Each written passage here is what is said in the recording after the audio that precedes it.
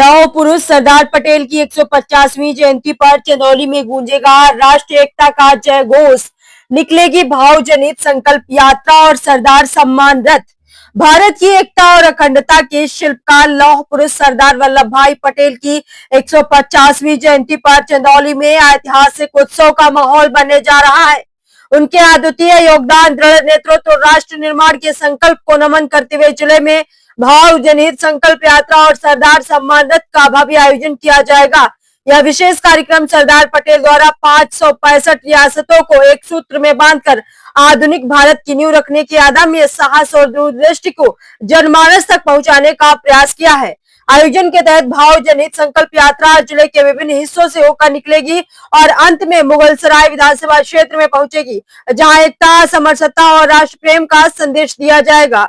सरदार सम्मान रथ इस कार्यक्रम की मुख्य आकर्षण रहेगा, जो सरदार पटेल के प्रेरणादायक जीवन प्रसंगों और उनके राष्ट्र निर्माण के अद्भुत कार्यों और भारत की एकता के प्रति उनके अमर संदेशों को प्रदर्शित करेगा। यह रथ जिले भर में एकता और सद्भाव की अलग जगाएगा तथा लोगों को भारत की अखंडता के प्रति संकल्पित होने का संदेश देगा। आयोजन समिति ने बताया कि यह कार्यक्रम केवल एक स्मृति दिवस नहीं, बल्कि सरदार पटेल के आदर्शों, राष्ट्रभक्ति, संकल्प शक्ति और जनसेवा को जन जन तक पहुंचाने का अभियान है। इस अवसर पर जिले के नागरिकों, शिक्षण संस्थानों, समाज सेवियों और जनप्रतिनिधियों से बढ़ चढ़कर भागीदारी की अपील की गई है, ताकि यह आयोजन सरदार पटेल की विरासत को जीवंत रूप में साकार कर सके। कार्यक्रम में प्रमुख रूप से Avinash Kakade, doctor RS Patel, engineer Abhishek Patel, Dinesh Patel, Jayprakash Patel अध्यक्ष जिला चंदौली, दिनेश पटेल प्रदेश सचिव, अभिषेक पटेल प्रदेश सचिव, दीपक पाल युवा जिला अध्यक्ष चंदौली, आनंद पटेल प्रदेश सचिव तथा डॉक्टर अरविंद पटेल राष्ट्रीय सचिव एवं जिला चंदौली प्रभारी उपस्थित रहे। सबसे पहले आपका आभार। यह रैली नहीं है, सरदार पटेल स्वाभिमान रथ है। 22 अक्टूबर को कानपुर देहात से डॉक्टर रामस्वरूप वर्मा जी को नमन करते हुए वहां से हम निकले हैं। उत्तर प्रदेश के 22 जनपदों के लिए 22 अक्टूबर को यह यात्रा निकाली गई है। पूर्वांचल बुंदेलखंड होते हुए कानपुर देहात से कानपुर नगर, फतेहपुर, कौशाम्बी, चित्रकूट के साथियों को होते हुए प्रयागराज, गंगा पार, यमुना पार, सोनभद्र, मिर्जापुर होते हुए आज चंदौली आए हैं। और चंदौली में आज हमारे साथी इंजीनियर अभिषेक पटेल, जो हमारे यहाँ के प्रभारी हैं, क्रांतिकारी साथी है, इनके नेतृत्व में आज हजारों युवाओं का हुजूम निकला है। सरदार पटेल स्वाभिमान रथ जनहित संकल्प यात्रा लेकर हम लोग निकले हैं। सरदार पटेल जी के सपनों का भारत बनाने निकले हैं। आपको एक बात और अवगत करा दें कि उत्तर प्रदेश में पिछड़े समुदाय के लोगों, कुर्मी पटेल समुदाय के लोगों, पिछड़े समुदाय के लोगों को ये सरकार गाजर मूली की तरह इनके लोग काट रहे हैं, जगह जगह मारे जा रहे हैं हमारे लोग। इन लोगों के ऊपर जो लगातार स्वाभिमान पर कुठाराघात हो रहा है।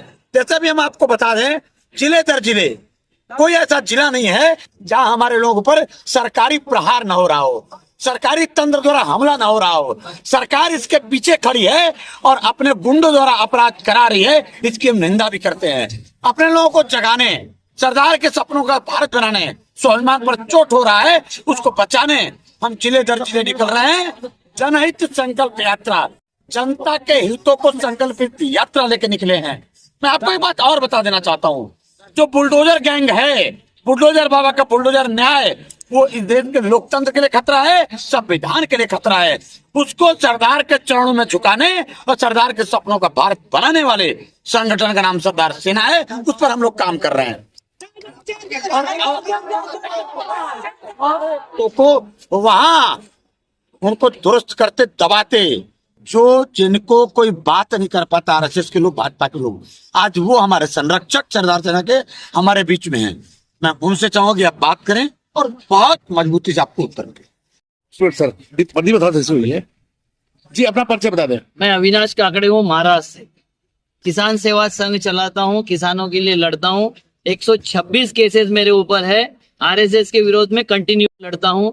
मोहन भागवत के विरोध में भी लड़ा हूँ मैं। उसके भांजे ने जब मेरे किसानों का कपास का 8 करोड़ रुपए नहीं दिया था, तो मैंने 13 दिन आमरण उपोषण किया था। अभी मैं इसलिए आया हूँ कि मोदी ने जो बोला था कि हम आंदोलन जीवी हैं, मैं आंदोलन जीवी हूँ। मैं यहाँ के आपके ट्रांसपोर्ट नगर का भी आंदोलन लड़ रहा था।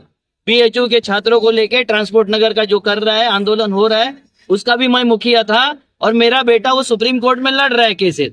यहाँ इसलिए आया हूं कि यहाँ सरदार के कोई अवसरवादी है और कोई सरदारवादी है।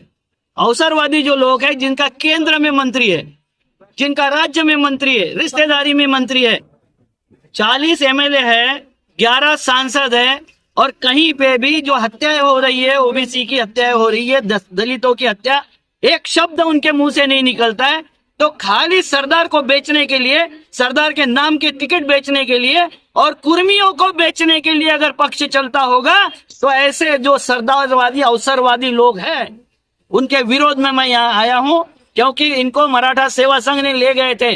जब महाराष्ट्र में मराठा सेवा संघ की बड़ी रैली थी तो ये अनुप्रिया पटेल को जब इनको कोई पूछ नहीं रहा था, जब ले गए थी मराठा सेवा संघ, और इन्होंने सारे संगठनों के साथ बेईमानी करके मात्र आरएसएस भक्ति और तथाकथित हिंदुत्ववादी मतलब ब्राह्मणवादी व्यवस्था के साथ में समझौता कर लिया था। उसके विरोध में मैं इनके साथ में खड़ा हुआ।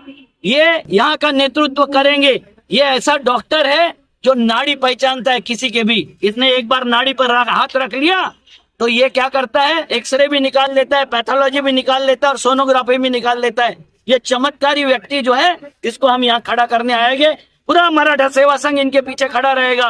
पूरे जितने संगठन है, वो चाहे गुजरात के संगठन हो, मैंने जहां जहां काम किया, चाहे गुजर संगठन हो, चाहे जाट संगठन, सब इनके पीछे खड़े रहेंगे।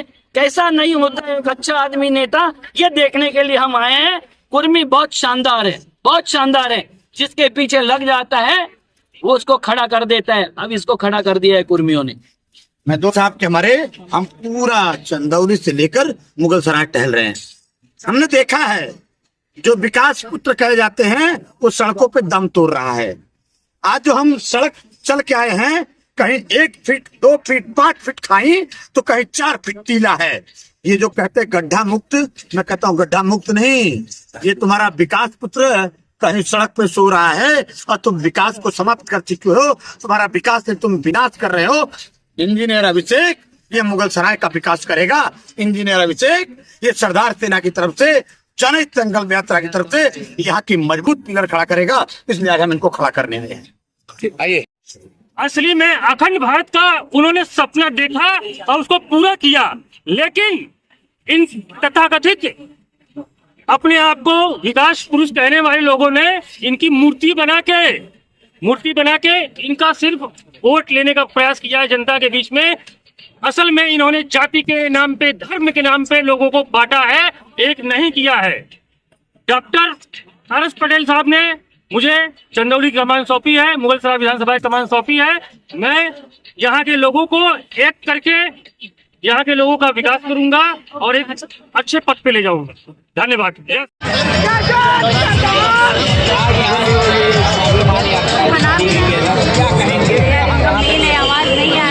वर्तमान समय में वर्तमान सरकारों द्वारा यात्रा 22 अक्टूबर को कानपुर से शुरू हुई है।